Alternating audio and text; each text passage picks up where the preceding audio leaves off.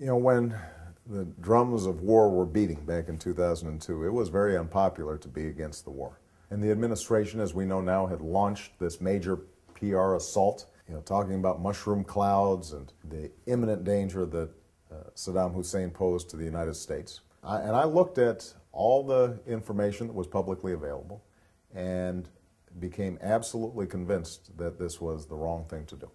I was in the midst of a U.S. Senate race, and so a number of my advisors suggested, don't step out on this because everybody anticipated correctly that U.S. forces would overwhelm Saddam Hussein on the front end.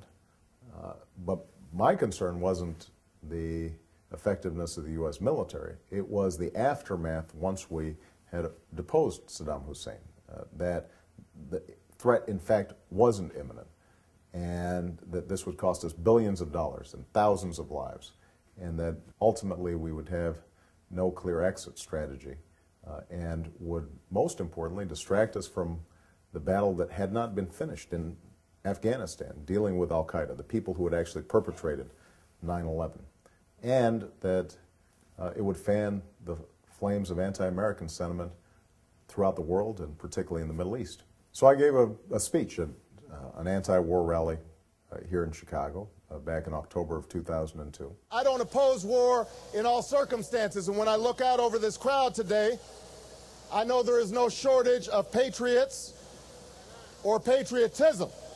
What I do oppose is a dumb war. Most of the concerns that I expressed in that speech have come to pass, given the enormous sacrifice of our soldiers and the bravery that they've shown.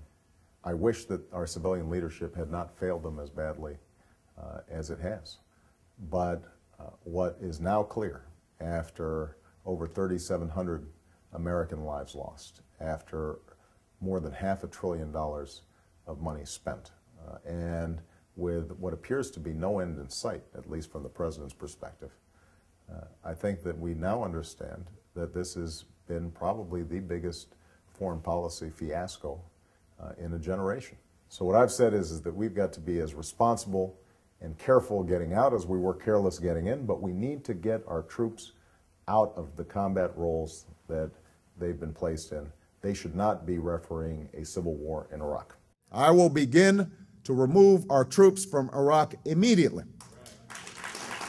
I will remove 1 or 2 brigades a month and get all of our combat troops out of Iraq within 16 months. Undoing the damage of this policy in Iraq is going to take years. Now, what I have said is that there are no good options left in Iraq. There are bad options and worse options.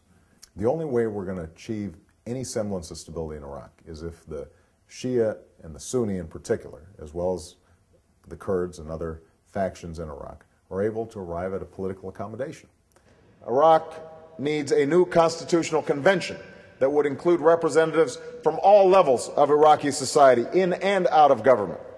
To reconcile, the Iraqis must also meet key political benchmarks outside of the constitutional process, including new local elections and revising de-Baathification. There's been no diplomatic surge, no political surge from this administration. They have simply thrown U.S. troops at the problem, and it has not worked. We need to launch the most aggressive diplomatic effort in recent history to reach a new compact in the region. This effort should include all of Iraq's neighbors, and we should also bring in the United Nations Security Council. All of us have a stake in Iraq's stability.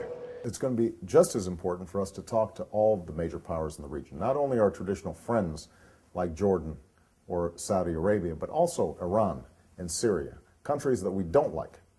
A strong president and a strong nation are not afraid to talk to their adversaries and tell them where America stands.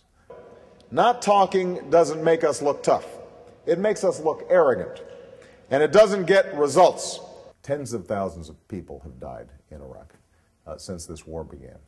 Millions of people have been displaced. We have not done enough to tend to their needs, to give them some support.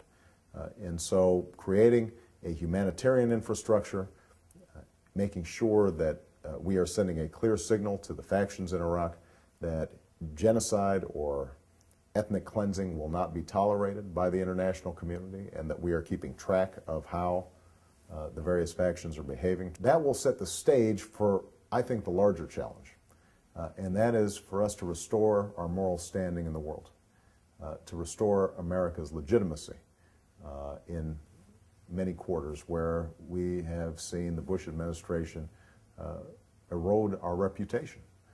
I want to be able to go before the United Nations and say, America's back. It's time to make diplomacy a top priority. Instead of shuttering consulates, we need to open them in the tough and hopeless corners of the world. Instead of having more Americans serve in military bands than the diplomatic corps, we need to grow our foreign service. Instead of retreating from the world, I will personally lead a new chapter of American engagement. Strength is measured by the power of your convictions. What are you willing to sacrifice? What are you willing to put on the table on behalf of what's right? For a nation like America that has always drawn strength from our principles, to have abandoned them, denigrate the protection of our civil liberties, to not punish any high-ranking officers for what happened at Abu Ghraib, for us to not hold ourselves up to our highest ideals when it comes to selling a war or when it comes to how we treat veterans when they come home. I think all those things have made us weaker, not stronger. They're displays of fear as opposed to displays of courage. In the 21st century, progress must mean more than a vote at the ballot box. It must mean freedom from fear and freedom from want. We can't stand for the freedom of anarchy. We can't stand for the freedom of poverty, nor can we support the globalization of an empty stomach. The next president's task, I think, is to end the politics of fear and to restore a politics of hope in our foreign policy. And that's what I think not only Americans are eager to see, but people all around the world are eager to see.